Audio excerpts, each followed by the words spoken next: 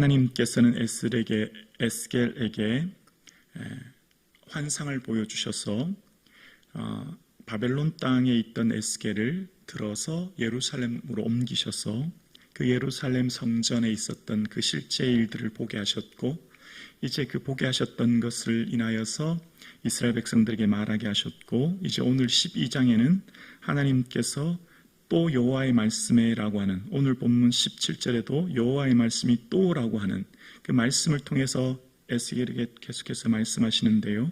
그 말씀하셔서 이제 12장의 내용은, 핵심 내용은 이런 것인데요. 오늘 본문 앞단락에 보면 에스겔을 통해서 하나님께서 상징적인 행동을 통해서 그들에게 말하도록 이야기하십니다. 그 상징적인 행동은 포로의 행장을 꾸리라 라고 하는 건데요. 3절에 나오죠. 그러니까 지금 포로로 끌려가는, 포로의 이삿짐을, 포로로 되어서 끌려가는 모습, 행장이라고 하는 것은 이삿짐이잖아요. 포로로 끌려가는, 마치 이삿짐을 가지고 하는 것처럼 보여주라라는 하는 모습을 통해서 그 끌려갈 때 얼굴을 가리고 땅을 보지 말라, 이런 얘기를 하십니다. 자, 이 앞단락의 내용의 핵심 내용은 어떤 것이냐면, 이제 3차 바벨론 침공이 곧 일어납니다. 그러면 이스라엘의 왕 시드기야가 바벨론 왕에게 끌려갈 때 두 눈이 이제 뽑히게 됩니다. 실제 앞을 보지 못하죠. 그렇게 끌려갈 것에 대해서 이제 예언하는 것을 이야기합니다. 이제 그 예언에 대해서 포로의 행장을 통해서 얼굴을 가리고 땅을 보지 말라라고 이야기하면서 이야기하는 내용이 앞단락에 그렇게 나옵니다. 그렇게 하면서 이제 오늘 두 번째 단락이 나오는데요. 두 번째 단락 오늘 18절에 보면, 인자야 너는 떨면서 내 음식을 먹고 놀라고 근심하며 내 물을 마시며, 19절에 이 땅 백성에게 말하되 주 여호와께서 예루살렘 주민과 이스라엘 땅에 대하여 이르기를 그들이 근심하면서 그 음식을 먹으며 놀라면서 그 물을 마실 것은 이 땅 모든 주민의 포악으로 말미암아 땅에 가득한 것이 황폐하게 됨이라 라고 말씀하십니다. 지금 이제 또다시 새로운 말씀을 하시면서 이제 공포 속에서 음식을 먹는 상징 행동을 해라 라는 겁니다. 그러니까 지금 오늘 본문의 내용은 뭐죠? 이 에스겔이 음식을 먹는데 덜덜덜 떨면서 두려워하면서 막 음식을 먹고 물을 마시는 겁니다. 그 사람들이 그것을 보면서 저 사람 왜 저래? 이제 의문을 들게 하라는 겁니다. 이게 어떤 의미죠? 예루살렘이 이후에 포위되고 이후에 무너질 것을 보여주는 상징적인 얘기입니다. 자, 그래 이렇게 얘기하면은 지난번 환상도 얘기했고 이번에 상징을 통해서도 끊임없이 얘기합니다. 그러면 그 얘기를 듣고 탄식하고 회개하고 돌아와야 될 그들이 이제 그 반응이 나오는데요. 그 반응이 22절에 나옵니다. 인자야 이스라엘 땅에 이르기를 날이 더디고 모든 묵시가 사라지리라 하는 너희의 이 속담이 어찌 됨이냐. 에스겔의 그런 모습과 그 이상 행동, 상징적인 모습을 보면서 이걸 하나님의 경고로 받아들이기보다는 이제 비웃는 모습이 나옵니다. 하나님이 그런 말씀하셨지만 더딜 거야. 봐, 아직 그런 일이 일어나지 않았는 걸 더딘데, 그런 일이 더딘인 걸 보니까 이 묵시는 사라질 거야. 내가 한 그 묵시는 없어질 거다. 지금 했는데 이루어지지 않는데 무슨 말이야? 라고 하면서 그 속담을 들어서 비웃는 내용입니다.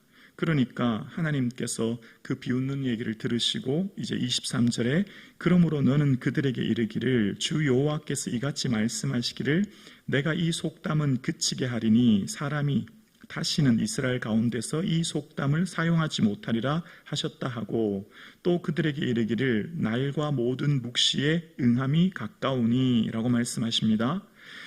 야, 너희들이 내가 하는 말을 듣지 않고 그렇게 그런 속담으로 통해서 나를 비웃는구나. 다시는 그 속담 사용하지 못하게 될 거다. 그리고 내가 한 묵시는 반드시 가까이 왔다라고 다시 한번 이야기하십니다. 근데 이스라엘 백성들이 그렇게 말씀하시면서 주님께서는 그들이 하는 그런 거짓 예언과 인간의 술수에 더 이상 미혹되지 못할 것이라고 말씀하시는데요.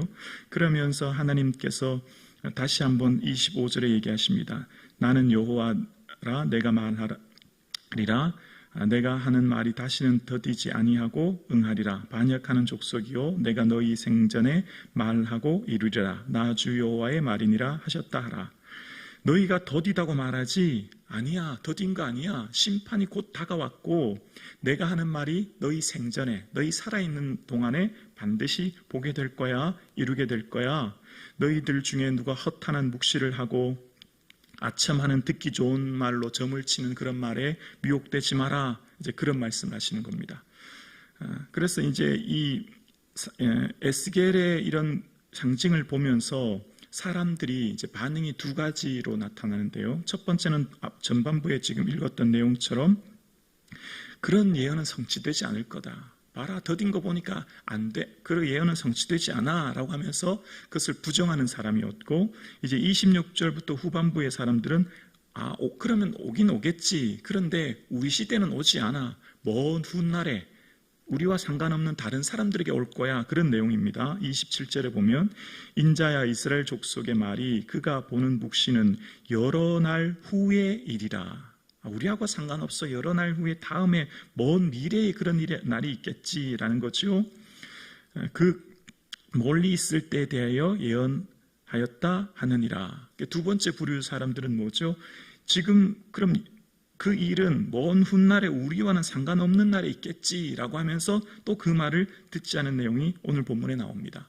그러면서 첫 번째 사람들은 그런 예언은, 그런 묵시는 성취되지 않는다라는 사람과, 두 번째는 우리에게는 상관없어, 먼 훗날에 있는 사람 올 거라는 사람들에게 28절에 뭐라고 하시죠? 28절에 그러므로 너는 그들에게 이르기를 주 여호와의 말씀에 나의 말이 하나도 다시 더디지 아니할지니, 하나도 다시 더디지 않을 거라는 겁니다. 너희는 자꾸만 더디 올 거다, 혹은 먼 훗날 올 거다, 혹은 믿지 않는다고 하지만 더디지 않다.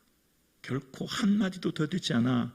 그리고 28절 후반절에 내가 한 말이 이루어지리라. 나 주 여호와의 말이니라 하셨다 하라 라고 말씀하십니다. 내가 한 말 반드시 다 이루어질 거야 라는 겁니다. 말씀에 보면 소돔과 고모라에 있을 때 롯의 쪽 사위들이 롯의 말을 농담인 줄 여기지 않습니까? 오늘 본문에도 지금 에스겔이 이런 포로의 행장을 통해서 보여주기도 하고 또 이후에 떨면서 음식을 먹는 행진을 통해서 또 보여주기도 합니다. 그런데 이런 모습을 통해서 이 사람들은 끊임없이 그 말을 듣고 즉각적으로 반응하기보다는 그 말을 거부하여 듣지 않습니다. 여러분, 에스겔을 읽으면 참 마음이 힘듭니다. 왜 힘드냐면 첫 번째는 이스라엘 백성들이 멸망한다는 것이고 포로로 끌려간다는 것에 참 마음이 힘들고, 전하는 에스겔도 힘들었을 것이고 듣는 이스라엘 사람들도 힘들었을 것입니다. 설교하는 저도 굉장히 힘이 듭니다. 여러분 어떻습니까? 에스겔은 읽기가 이처럼 무척 어려워요. 핵심이 왜 그렇죠?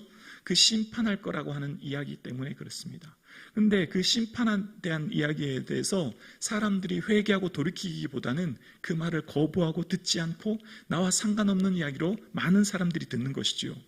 오늘 이 말씀을 보면서 더디 올 거다, 지체될 거다, 우리와 상관없다 이렇게 생각하는 이 말을 통해서 오늘 이 말씀이 우리 시대에도 이렇다고 생각합니다. 우리 시대에도 예수님께서 곧 다시 오십니다. 아멘이십니까?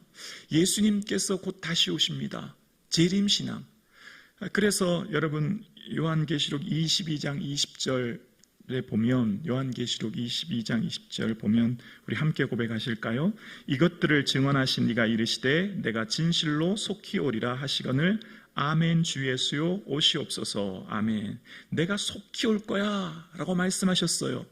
주님의 이 재림신앙, 오늘날 이 재림신앙을 설교하기가 참 쉽지가 않아요. 여러분, 재림을 강조하면요 무슨 이단처럼 생각하는 경향이 또 있고요, 또 이 재림을 강조하면 성도님들의 삶 가운데 굉장히 부담스러워하는 경우가 많거든요.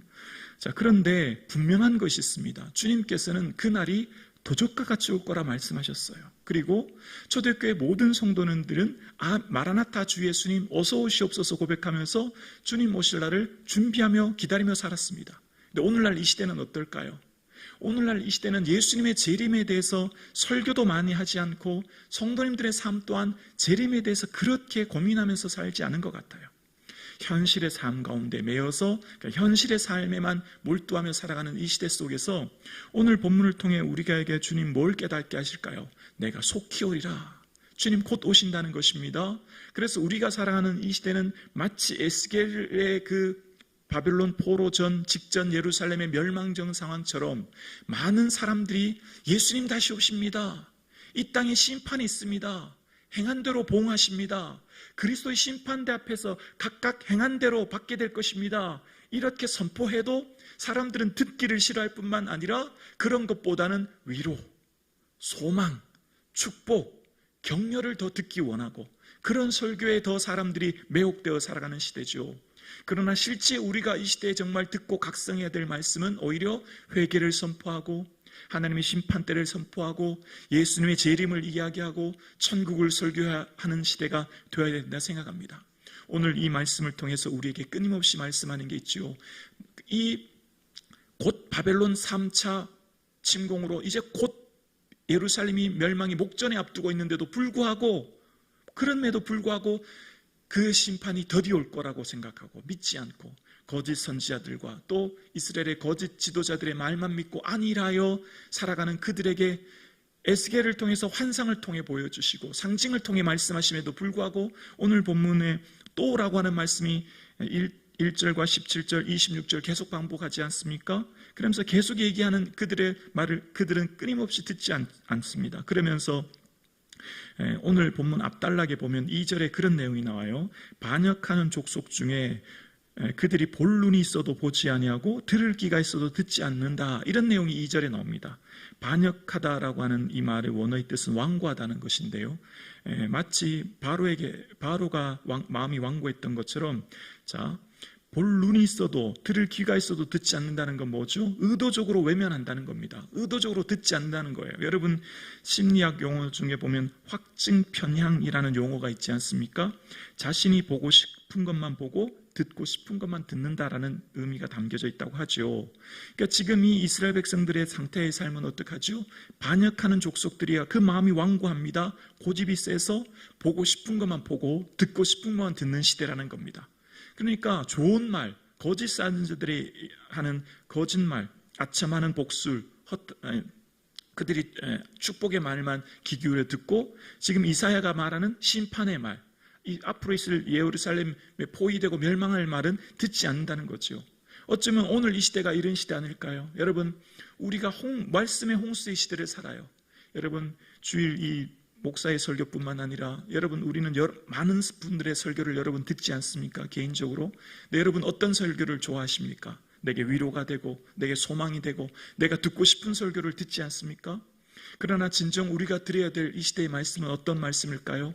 우리의 삶 가운데 그리스도의 심판대가 있으며 우리의 삶 가운데 주님 곧 다시 오시며 그래서 우리는 날마다 깨어 있어야 하며 우리는 날마다 회개하여 가슴을 돌이켜야 되며 우리의 삶 가운데 끊임없이 하나님 나라 그 천국이 있음을 바라보며 오늘 현재를 살아가는 것.